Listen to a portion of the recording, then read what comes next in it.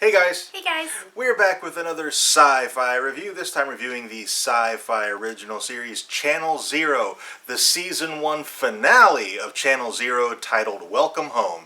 If you haven't seen it yet and you want to avoid any spoilers, skip this video and come back later because everything we say from this point forward is going to be a spoiler.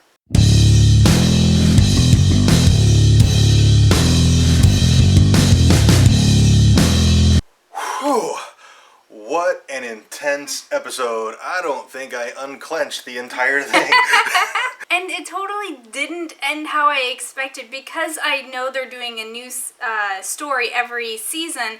I totally expected it to end badly. Like, I thought Eddie was gonna get out. Yeah, I totally thought Eddie was going to win. Yeah. And then, and it didn't have, a happy, everything's wonderful ending. I mean, Marla had to smother her son, Mike, in order to prevent Eddie from coming back. And this, of course, was the Season 1 finale. Really short season, which really it's not surprising because the source material, there's not a whole lot there. They did a lot with very little. So that's really, really impressive. So if you haven't watched Channel Zero, but you've been watching our videos, go back and check it out. It's a really fantastic show. Yeah.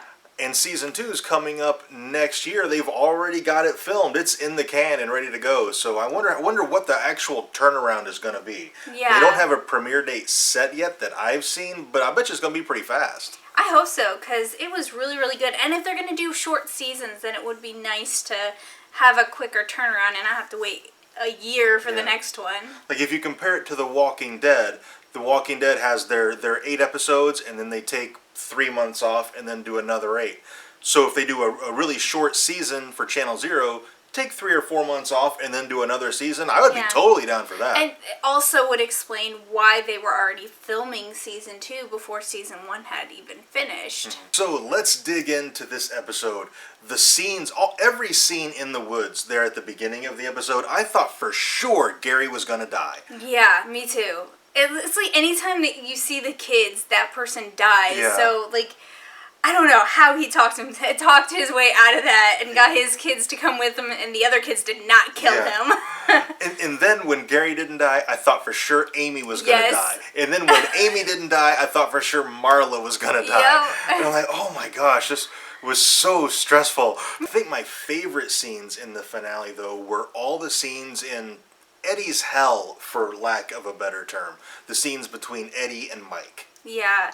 And just oh my gosh, the creepiness in that whole area. He walks in and all the kids are like in a classroom and they've got either blood all over their face or they're missing their skin. And then we meet that one creature in Eddie's bedroom. Yeah. And so now I'm thinking it was the former, or the latter, the kids didn't have any skin. Yeah. It was really super creepy. Eddie calls the thing the skin taker. Yeah. Well, it took the skin right off their faces. And hung it in Eddie's bedroom. What else are you going to do with the it's skin? Just skin hanging from the walls. And, Yeah. And then the scene in the hallway when the skin taker charges at Mike and Mike's like, ah! I'm like, that's totally me. And I really like how, like, near the end, Lily's coloring and Mike turns off the TV when Candle Cove comes on, and you're not really sure yet, is that Eddie in Mike's body, or is that actually Mike? Like, we weren't really sure.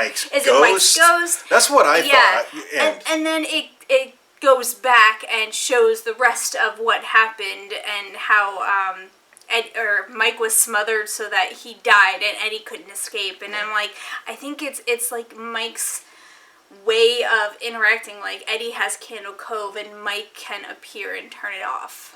They're kind of like fighting each other. Yeah, they're still at this sibling rivalry even in death. Yeah. And when Mike told his mom, he's like, I'm going to ask you to do something and you're not going to want to do it, but you got to do it.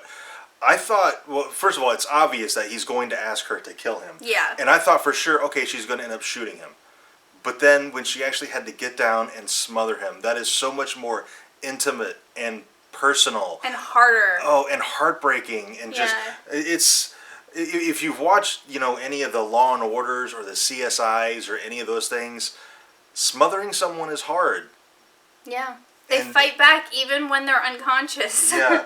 So just the fact that she had to do that and was able to do that, and oh my, it is absolutely heartbreaking. Yeah. Oh my gosh. The Candle Cove Channel Zero was so awesome. Like we said, Season 2 has already wrapped. It's coming out next year, and it is going to be called The No End House. Now, that is also a creepypasta, and I glanced through it. I didn't read the whole thing because it's really long. So unlike Candle Cove, which is really short, the No End House is really long, so there's a ton of source material to pull from there. So I'm really excited to see what they do with something where they really have a large story to draw from, whereas Candle Cove, they did a lot with a very little. Yeah, it'll be interesting, definitely. And that's going to be it for this video. If you have anything to add, let us know down in the comments. Also, if you enjoyed this review, tell us by dropping a like on it and subscribe for more reviews. And thank you very much for watching, and we'll see you next time.